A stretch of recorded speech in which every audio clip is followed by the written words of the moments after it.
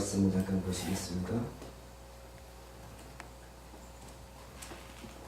조금 실질적이고 제가 피부로 느끼고 제가 목적으로 삼고 있었던 신앙의 그 목표라고 할까요?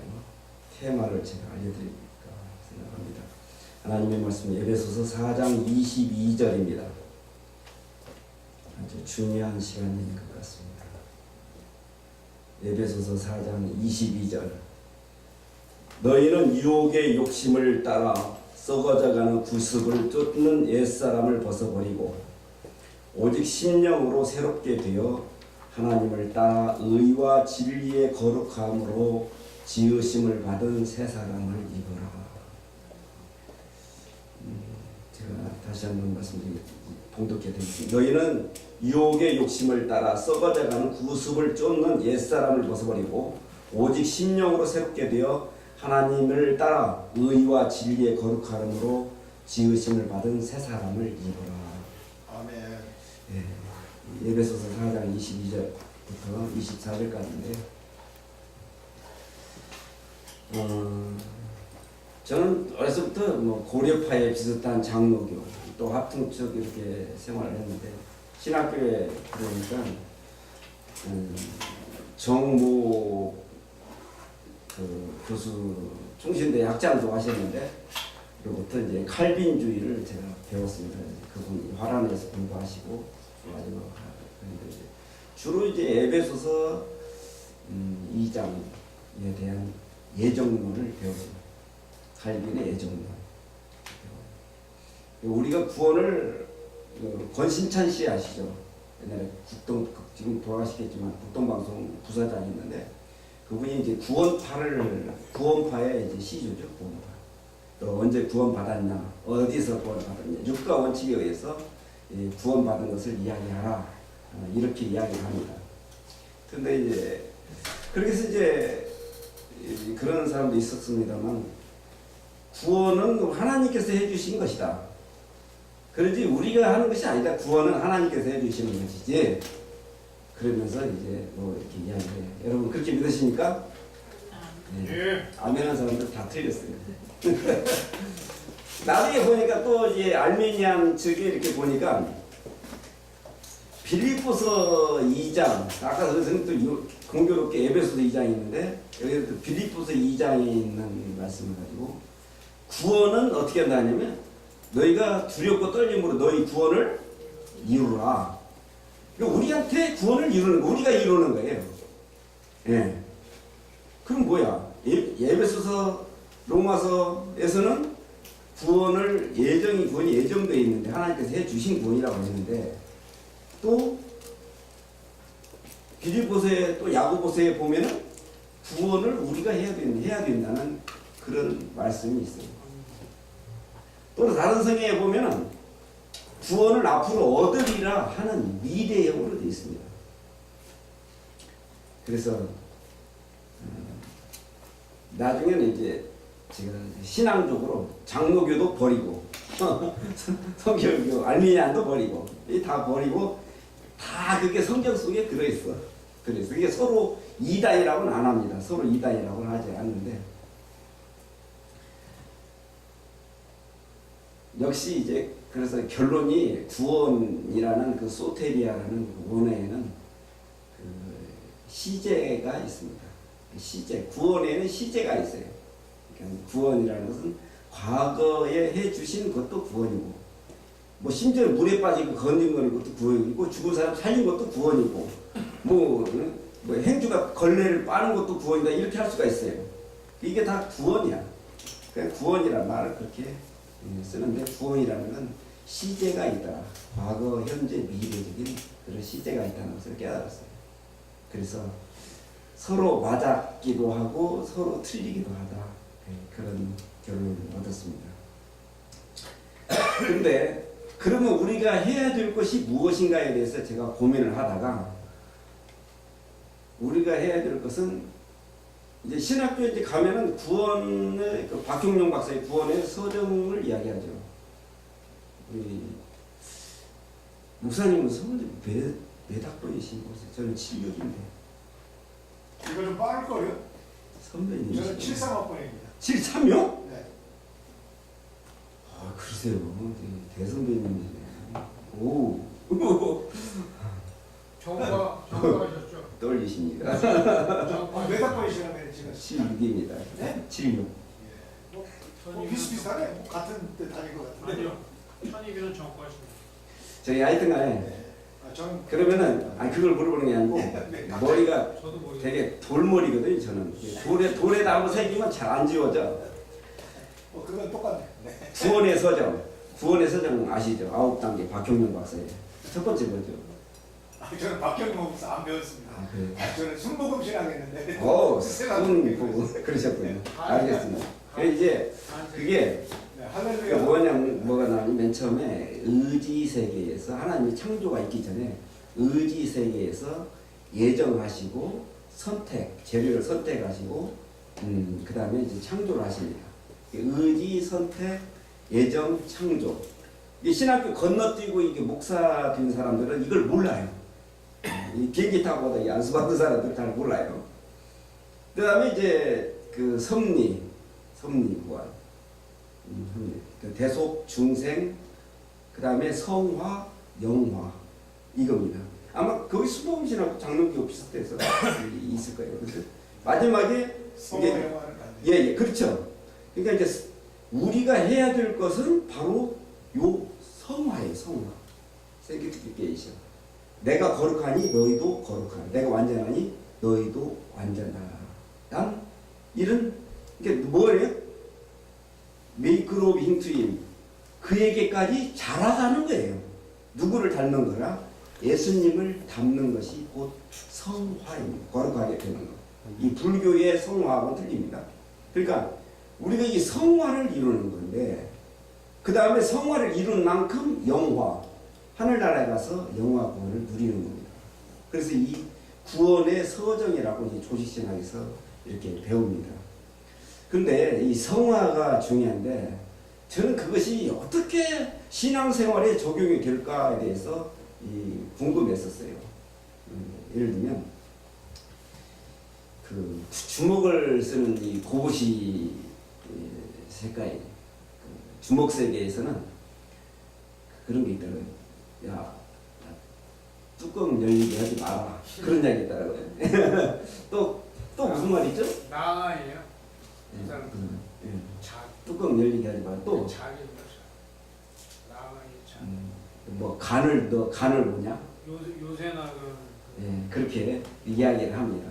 나아의 그게 이제 그러니까 사람을 뚜껑 열리게 하는 거 있잖아요. 열받게 하는 거, 열받게 하는 거. 그렇게 할 때 사람은 평소에는 몰라. 그런데 일단은 사람으로부터, 사건으로부터, 또 일로부터, 또 어떤 돈이라든가 또 자기 자신이라든가 이런 걸 이런 상대에서 마찰이 될 때 이게 뚜껑이 열린단 말이에요. 화가 난단 말이에요.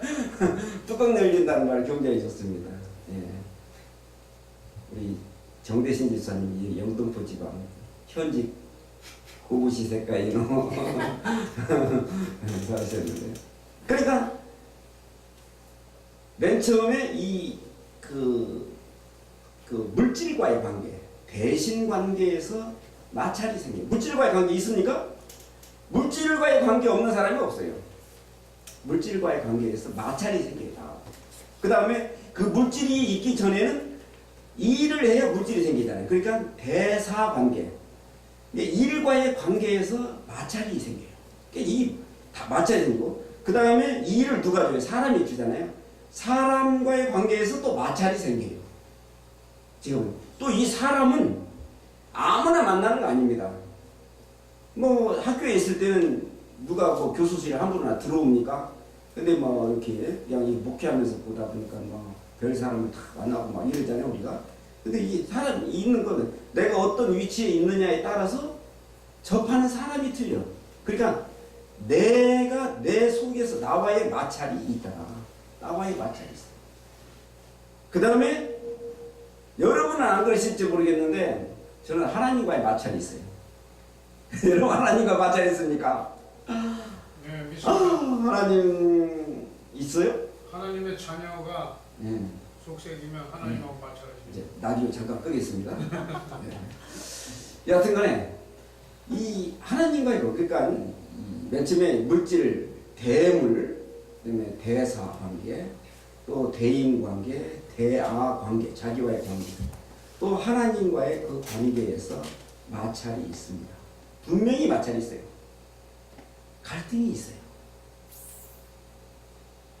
근데 그 마찰 속에서 옛사람에게 밥을 주면은 성화가 안 되고 악화가 되는 거예요.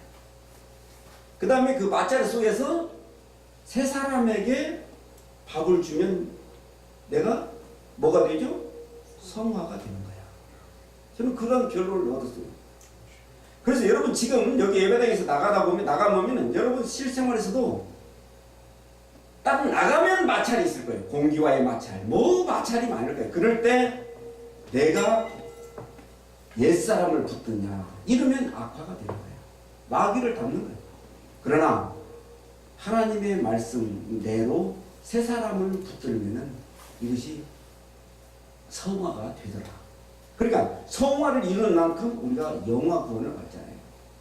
그래서 이 믿음의 선진들이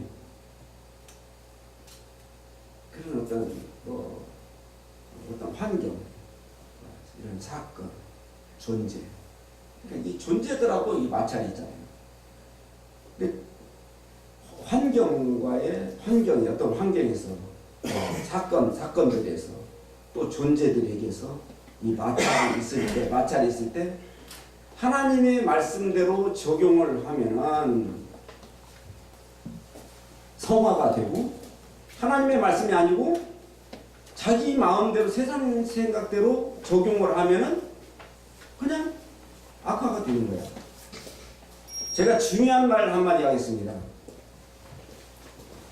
두 발로 걸어 다니면서 자기는 성자처럼 생각하는 사람들이 있어요.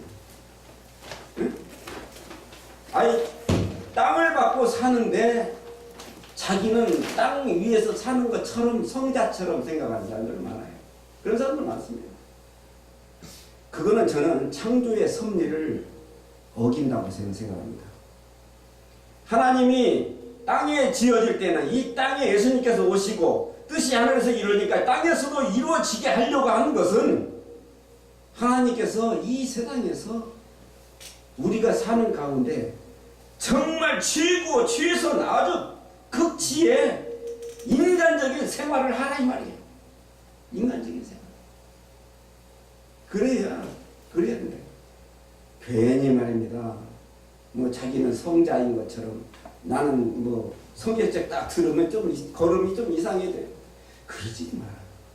나는 제일 짜증나는 게 뭐냐면 전차라서 해서 우리 성도들이 장로님 나한테 전차를 안 해서 목사님 자리 비었다고 목사님 여기 앉아요. 그러지 말아요. 내가 이제 아직 젊다고 그렇잖아요. 아예 그냥 목사님 일어서세요 이러면 괜찮아. 그러면 아이 목사가 일어서야지. 그러면 목사님 일어서야지. 아이 그래요 아멘. 이렇게 빛이 돼야 되는데 그냥 전체 딱 타면 성도들은 가방부터 샥 던지고 목사님 여기 앉으세요 그래. 와 그러면 이제 끝나는 거예요. 그게 한바탕 기독교는 이제 그 안에 있는 사람들은 예수 믿기 틀려버렸어요. 끝난 거야. 그러니까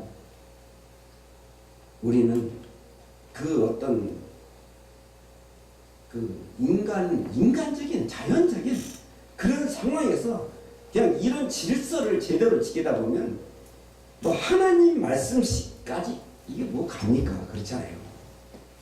하나님께서 우리를 이 세상에 지어 놓으실 때는 지극히 인간이 돼야 돼요. 지극히. 법이 무슨 필요가 있겠어요? 그렇잖아요. 우리가 세상 사는데 무슨 법이 필요 있냐고. 그렇잖아요.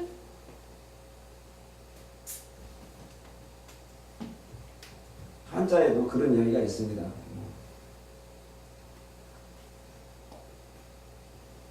그런 말 하기 싫습니다만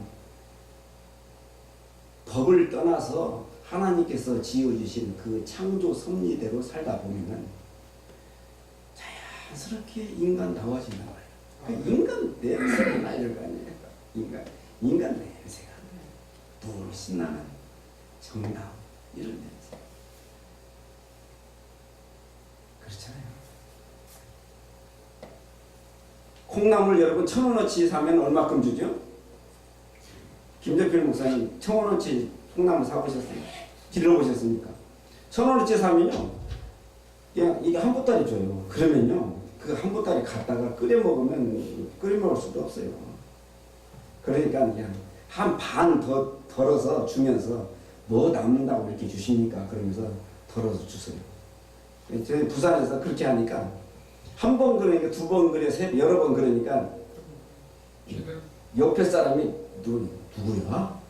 누구야? 자꾸 그래 장사하는 사람들끼리 여기 목사예 그래야 그러더라고. 그래서 저는 예수 믿으라 소리는 안 했어요. 그렇지만 그 사람들이 뭐 교회 다닌 건 아니에요. 그렇지만 예수님에 대한 카바 스토리, 예수님에 대한 카바 스토리는 좀 좋아질 거 아니에요? 저는 그렇게 생각합니다.